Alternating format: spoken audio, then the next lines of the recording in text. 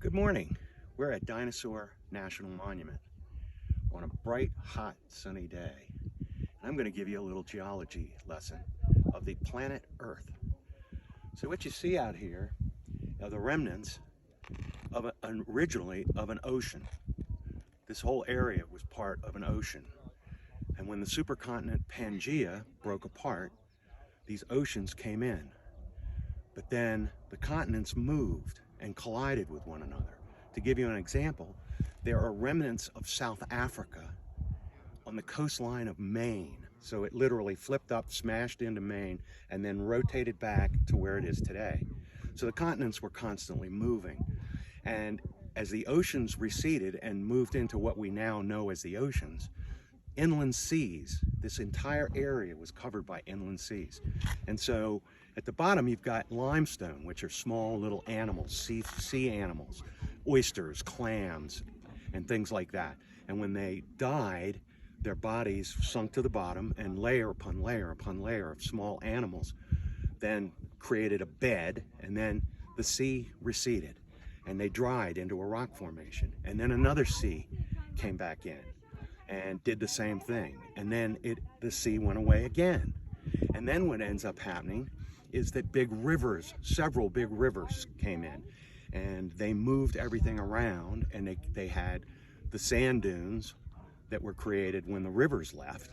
And so then what ends up happening is that the rivers carve out these canyons, and now you see the old remnant of what had been the original Yampa River, which would have been a mighty, mighty river and was moving everything along. And so what you've got is ocean, sea, river, sand dunes, all on top of one another. And then we walk through here today and look at these rock formations and go, what the hell am I looking at? And that's what you're looking at.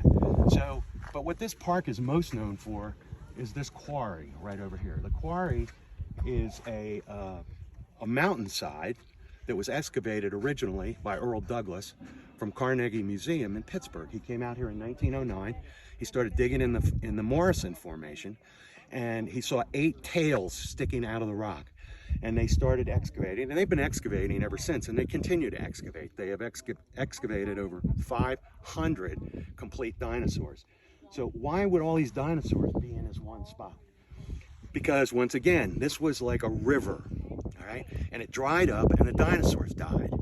And so they're laying in the mud of the river, all right? And then another river comes in and moves it along. And what you've got here is what they call a dinosaur log jam, meaning all these dead carcasses, the bones of these dead dinosaurs, all got into a big block of dinosaurs.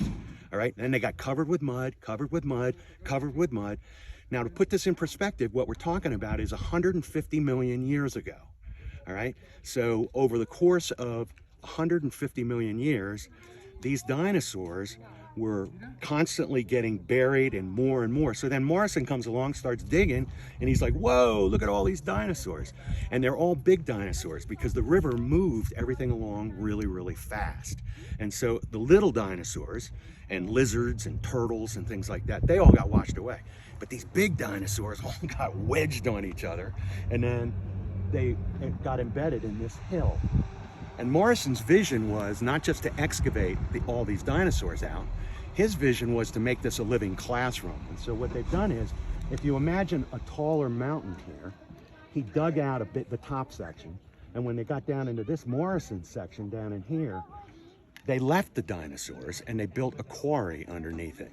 And so you've got this shed that protects the dinosaurs from the elements, and now it's exactly what Mr. Morrison wanted, which is a living classroom. But let's be clear here. Humans and dinosaurs, other than on the Flintstone show, never occupied the Earth at the same time. We are new arrivals on the planet and a speck in time.